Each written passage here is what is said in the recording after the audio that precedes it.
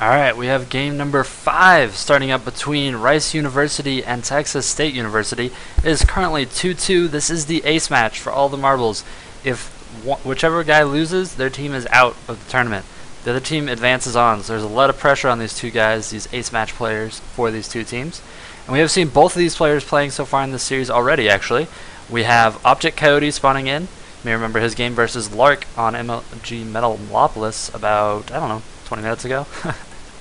Here, spawning in force cross position on Antigua Shipyards. And over here on the left-hand side, playing for Rice University, we have Menace, who did barely lose that first game despite really great force field play, stopping Dark Templars on Shattered Temple in a PvP. So PvP, a fairly volatile matchup. PvZ, still pretty crazy, but they're much more standard and actually able to macro in them. So we'll have to see how this game goes here in game number 5. Which, yeah, that should read game number 5. There we go. Game number 5. Chia. We have an expansion going down here for Menace. It looks like he's going to try and forge fast expand here on these cross spawn positions. Object Coyote looks like he's just droning up. No early pool. Looks like he'll probably be droning to 15, but we'll have to see. In cross positions, you can do that if they don't send a probe at 9, if they send it at like 12 after they drop the forge or something like that. But really what this probe is going to do is he's going to move up here, see what's going on. Him just being here makes it so you have to pool. See, right? Like as soon as the probe is here, you're like, okay, I have to pool. Pool goes down, and this also lets the Protoss player know the timing for their forge. And it looks like he has not yet started his forge because he knows he's safe. There was no early pool. He can probably drop it at, usually 14 is the latest you want to drop it, but it looks like he's just going to go straight into a Nexus and then drop the forge behind that, and then drop the cannon. Which is a little bit riskier of a timing, but he should be okay based on this distance. If it was like a slightly smaller map with cross spawn, very dangerous. But Antigua has a pretty big cross spawn position. So now his forge is about to go down, his Nexus is down. There's a 17 Nexus it looks like. And forge should be coming up, should be right now. Forge started. Now, based on the positioning of this, let me see. Man, I wish you could see the grid. I think you need a 3-space building here. Like, I think he needs to drop a cannon right here, and then another gateway, but I'm not sure. Pylon going up on top of the hill as well. Supply blocking himself for just a minute, but he needs to build a cannon anyway, so not the biggest deal with that, with those resources. And this probe is now getting driven out by the first 2 Zerglings. Expansion is down. Looks like it was managed to get dropped before the Zerglings were even out in the field, actually. So very nicely done there by Object Coyote. And yeah, there's a 3-space building, and then there's the photon cannon behind it. So sweet. That's how that wall in goes there at the south, in case you're wondering, like, oh hey, how do I wall in on the south on Antigua Shipyards?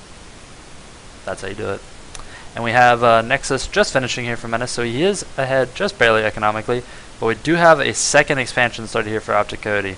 So we'll have to see what Menace does in order to kind of neutralize that fast third. What type of tech he's going to go into. Looks like he's just going to harass the Zerglings over here. They're on hold position. They're going to try and attack any probes that come over here. Meanwhile, the probes are like, hey, but we already have 3 over here. I don't want to be mining these minerals. I want to go down there where there's only 1. So it's going to take a lot of micro timing here for Menace to not lose these. And 1 does go down. So good pick off there. It looks like a second one also going down.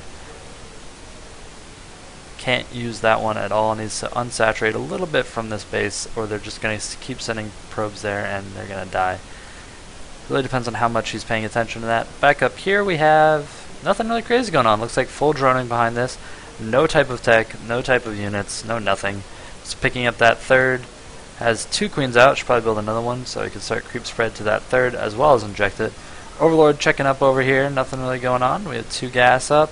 And no additional pylon back here in the back. Zealot started.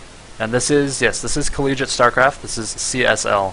And this is teams going into the semifinals. Pool play was yesterday. This is bracket play. And there's only 1 hop into the semifinals, then semifinals games, then finals. So these guys are battling in their 5th game. It's 2-2 right now, going into whether or not they will be knocked out of the tournament or going into the semifinals. And in case you're just tuning in, this is Menace playing for Rice University, and then we have Optic Zero playing for Texas State University here in the north, who has been droning extremely heavily. He has 48 drones already. Very nice by him. Starting up a Spine Crawler at this third. Looks like Zealot Pressure is the method of choice, the weapon of choice, I suppose, here to try and take out that third. But enough Zerglings can get produced off these bases that I do not think that's going to be that effective, but we'll have to see. We have a forward pylon being warped in. We have a Twilight Council. Okay, there we go. There's a Dark Shrine coming in. I was like, why is there a Twilight Council? Did Optic Coyote see that? No. It looks like all this was dropped behind that Overlord being